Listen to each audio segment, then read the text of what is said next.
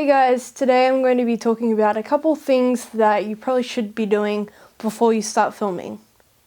If you watched last week's video about coming up with an idea, then you'll know that the La Trobe Film Festival is back.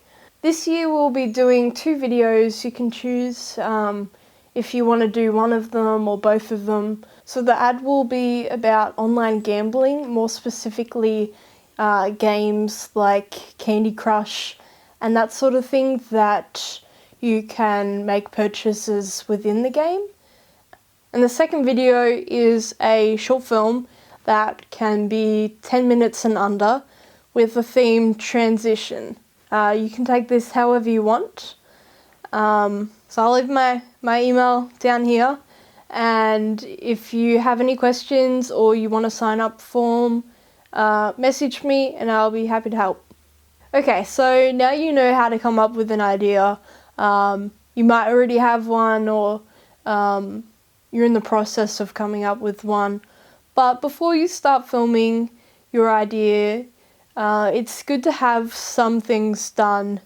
It could be a little bit boring, but it definitely helps in making a better film. Today I won't be talking about how to do a script and whatnot, but if you're interested, we will have a script writing workshop coming up later in the year, as well as some other workshops. So once you've got your script done, or to a place that you're happy with, you can start storyboarding. A lot of people get really scared when it comes to storyboarding because, like myself, I cannot draw. I suck at stick figures, but they don't have to be good. Your drawings, as long as you understand them, or if someone else is filming your film, as long as they understand them, then you're all good. So I will show you a example of a storyboard that I did for the sequence that you would have seen at the start. It started with a need, so I needed to put something at the beginning of these Intro to Life videos. And I originally did a animation type thing, and like, it was alright, but it was pretty boring, and I thought I can do better than this. So I used the what if concept that I talked about last week, and I went, what if camera equipment, film equipment could talk and could walk and move? So it's not the greatest, but it's pretty clear, other than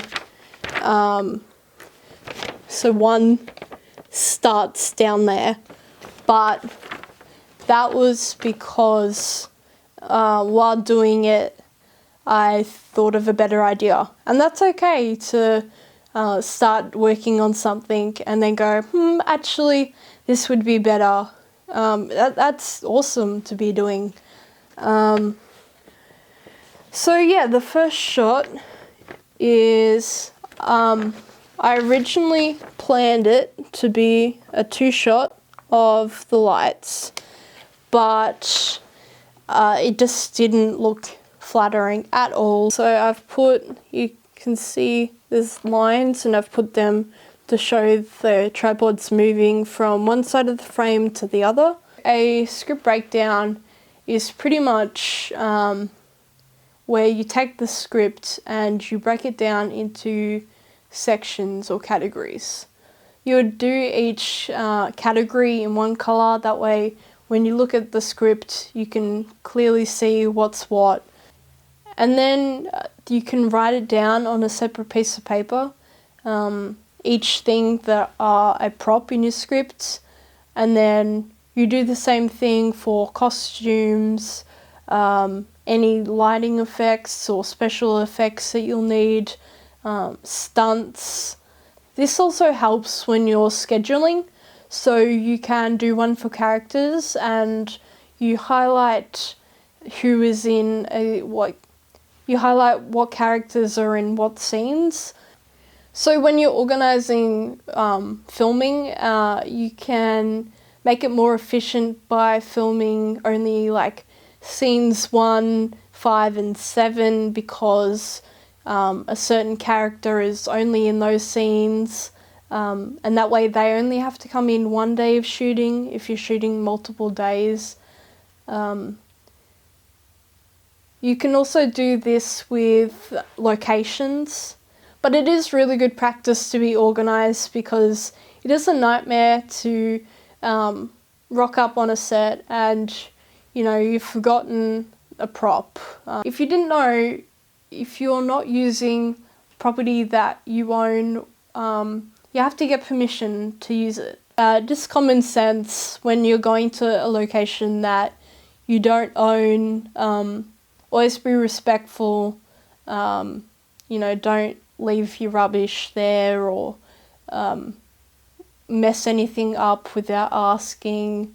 If you move furniture or you want to dig a hole or something, or bring cars onto the property, always discuss that before your day of shooting.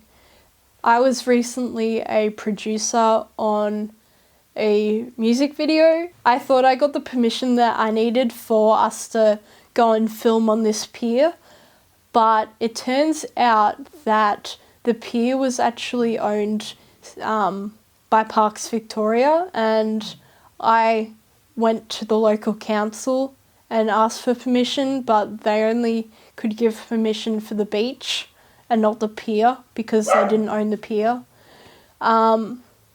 But you live and you learn, and we did fine with just filming on the beach, but it would have been nice to film on the pier. So the night before the shoot, I sent out a document to the crew and the performers that were in the music video, and it pretty much outlined where it was that we were shooting, where we were meeting at in that location, the time, the day, as well as the weather and things that they should bring.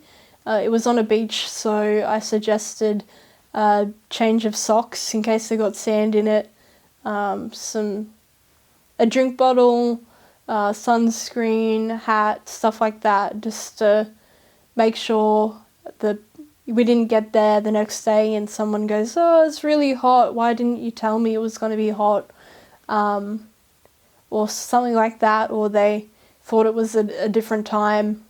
That way it's all in that sheet and you can't really miss it.